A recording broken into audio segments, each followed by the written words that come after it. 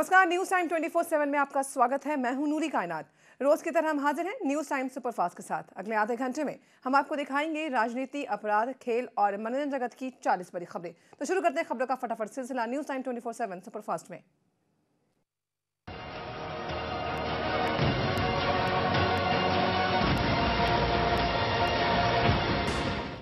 News time 24/7 में सबसे पहले बात करेंगे राजनीति की। हम आपको दिखाएंगे कि इस बार 5 राज्यों के विधानसभा चुनाव में उत्तराखंड का सीएम किस नेता को चुना गया है, और साथ ही आपको दिखाएंगे कि बजट सत्र में राष्ट्रपति प्रतिभा पाटिल ने क्या कहा। इन सभी खबरों से रूबरू होने के लिए देखते हैं पॉलिटिकल सुपरफास्ट।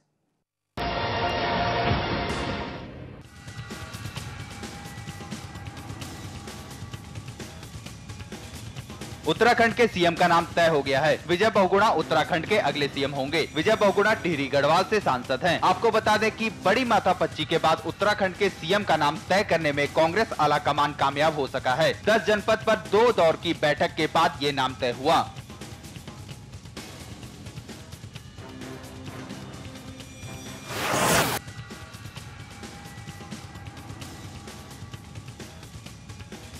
एक और कांग्रेस जहां उत्तराखंड में सरकार बनाने जा रही है, वहीं बीजेपी यूपी में अपनी हार का मंथन कर रही है। यूपी में बीजेपी की मिली हार पर चर्चा करने के लिए पार्टी पदाधिकारियों की एक बैठक बुलाई गई थी। बैठक में हार की नैतिक जिम्मेदारियां लेते हुए सूर्य प्रताप शाही ने प्रदेश अध्यक्ष के पद से इस्तीफा दे दिया।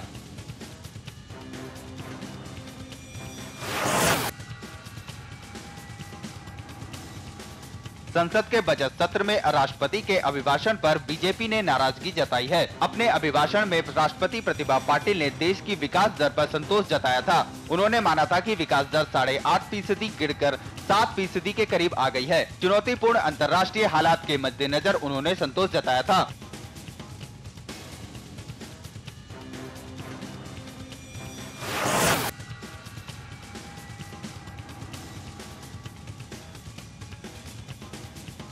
राष्ट्रपति प्रतिभा पाटिल ने अपने अभिभाषण में कहा कि सरकार ने अल्पसंख्यकों के उत्थान के लिए उन्हें कोटे में कोटा देने का फैसला किया है। हालांकि इस बयान पर कई सांसदों ने विरोध भी दर्ज कराया। साथ ही राष्ट्रपति ने बताया कि सरकार ने काले धन को वापस लाने के लिए भी कई कदम उठाए हैं।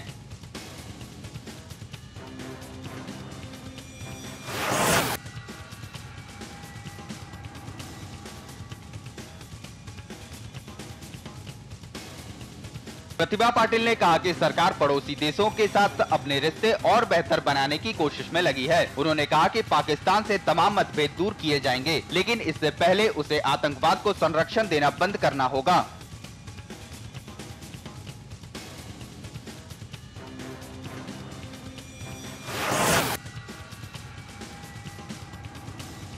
बजट सत्र में शामिल होने के लिए अखिलेश यादव और एसपी सुप्रीमो मुलायम सिंह यादव भी पहुंचे। एसपी के प्रदेश अध्यक्ष अखिलेश यादव कन्नौज लोकसभा सीट से सांसद हैं, लिहाजा वो बजट सत्र में शामिल होने के लिए पहुंचे। बजट सत्र से पहले अखिलेश यादव ने कहा कि एसपी ने विधानसभा चुनाव के दौरान जो वादे किए थे वो पूरे किए जाएंगे।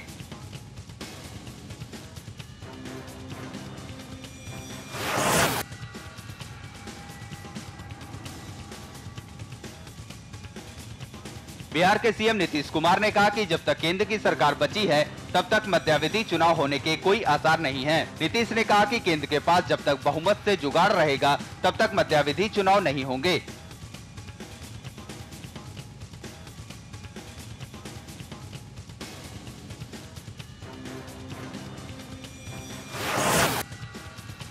आजम खान ने कहा कि मध्यावधि चुनाव कराना या ना कराना केंद्र के हाथों में है, क्योंकि विधानसभा चुनाव के दौरान राष्ट्रपति शासन लगाने की बात कांग्रेस की तरफ से ही आई थी। वहीं कांग्रेस प्रवक्ता शकील अहमद का कहना है कि यूपीए गठबंधन काफी मजबूत है। उन्होंने ममता बनर्जी के बदले रुख पर सफाई देते हुए कहा कि ममता बनर्जी यूपीए की एक मजबूत कड़ी है और वो यूपीए को छोड़कर कहीं नहीं जाएंगी।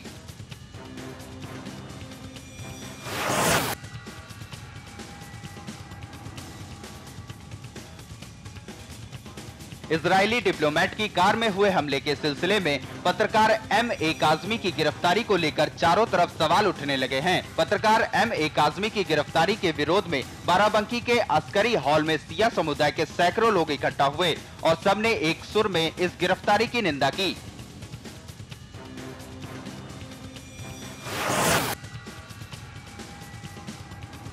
आरजेडी प्रमुख लालू प्रसाद यादव की बेटी की शादी धूमधाम से हुई। लालू प्रसाद की बेटी हेमा यादव की शादी दिल्ली के एक व्यापारिक घराने में हुई है। लालू की बेटी की शादी में शिरकत करने के लिए यूपीए की अध्यक्ष सोनिया गांधी, लोकसभा में नेता प्रतिपक्ष सुषमा स्वराज, रक्षा मंत्री AK एंटनी, गृह मंत्री P चिदम्बरम और अखिलेश यादव समेत कई बड़े नेता पहुंचे।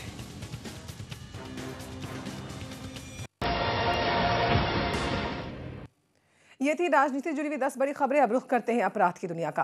आपको दिखाएंगे कि कैसे 15 साल के एक मासूम की हत्या कर दी गई और साथ ही आपको दिखाएंगे कि एक स्कूली छात्रा के साथ बदमाशों ने पहले बलात्कार किया और इसके बाद उसकी बेरहमी से हत्या कर दी। जुर्म से जुड़ी इन सभी खबरों को जानने के लिए देखते हैं क्राइम सुपरफास्ट।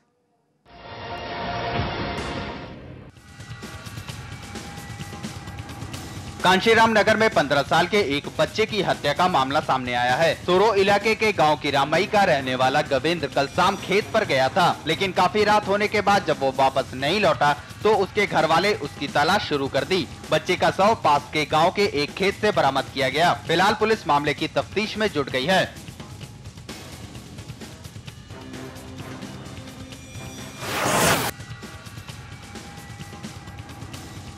कौशाम्बी के पश्चिम सरीरा इलाके में एक स्कूली छात्र का शव पास के खेत से बरामद किया गया। बताया जा रहा है कि कुछ बदमाशों ने छात्रा को पहले अपने हवस का शिकार बनाया, इसके बाद उसकी हत्या कर दी। छात्रा के चेहरे और शरीर पर जख्मों के निशान पाए गए हैं। पुलिस ने छात्रा के शव को पोस्टमार्टम के लिए भेज दिया है और मामले की तफ्तीश में जुट गई है।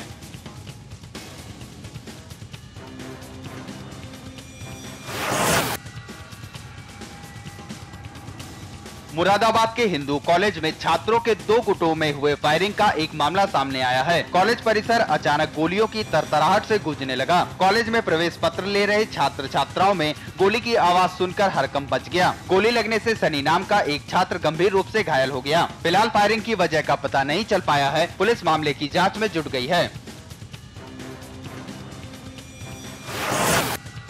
लखनऊ के सरोजनी नगर इलाके में बदमाशों ने दिन दहाड़े एक युवक को गोली मार दी। घायल युवक को इलाज के लिए ट्रॉमा सेंटर में भेजा गया था, लेकिन अस्पताल पहुंचने से पहले ही उसने दम तोड़ दिया। मृतक का नाम मधुकर तिवारी है। वो नमकीन सप्लाई का काम करता था। परिजनों की माने तो मृतक को उसके दोस्तों ने ही फोन करके बुलाया और उसकी गोली मार के हत्या कर दी। फिलहाल मृतक के परिजन इस हत्याकांड के पीछे किसी तरह की रंजिश की बात से इनकार कर रहे हैं।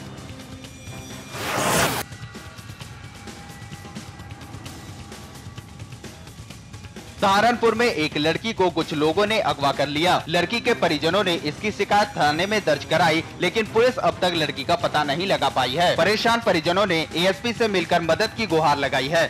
वहीं पुलिस का कहना है कि लड़की की तलाश की जा रही है और जल्द ही उसे बरामद कर लिया जाएगा।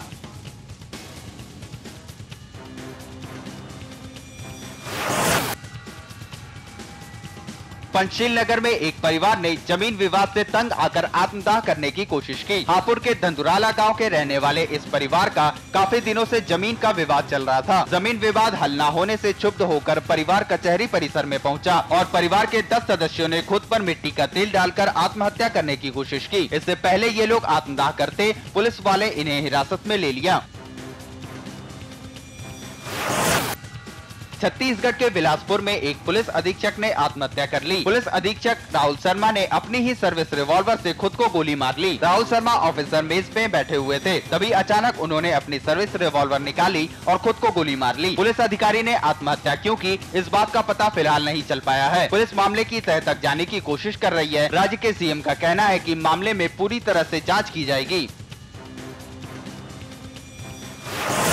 मध्य प्रदेश के टीकमगढ़ में अवैध संबंधों की वजह से एक युवक की बेरहमी से हत्या कर दी गई। दरअसल मुकुंदी कुशवाहा नाम के आरोपी के बहन के साथ गणपत नाम का एक शख्स बेहद प्यार करता था, लेकिन ये बात उसके भाई को रास नहीं आई। बीती शाम आरोपी ने अपनी बहन को गणपत के साथ देख लिया। इसके बाद आरोपी अपने परिजनों के साथ मौके पर पहुंचा और गणपत के सिर पर पत्थर से वार कर दिया, जहां उसकी मौत हो गई। फिलहाल पुलिस हत्या के खिलाफ मामला दर्ज कर लिया है और तफ्तीश में जुट गई है। इंदौर के MG रोड इलाके में एक युवती से बलात्कार करने की कोशिश की गई। बीती रात युवक अपनी सहेली के घर जा रही थी, तभी रास्ते में बाइक सवार कुछ लोगों ने उसका रास्ता रोक लिया और उसके साथ छेड़खानी करने लगे। युवती के विरोध करने पर बदमाशों ने उसके सिर पर वार करके उसे घायल कर दिया। आनन फानन में युवती अपनी जान बचाकर भागी। युवती की शिकायत पर पुलिस ने आरोपियों के खिलाफ मामला दर्ज कर लिया है।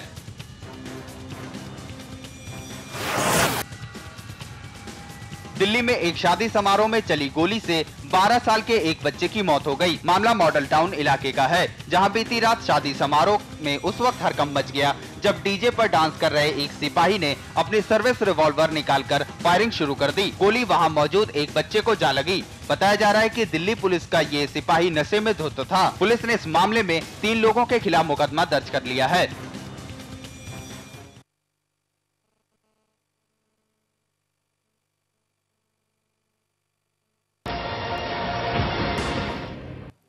फिलहाल लेते हैं एक ब्रेक के बाद देखेंगे खेल की दुनिया से आ रही 10 बड़ी खबरें स्पोर्ट्स सुपरफास्ट में।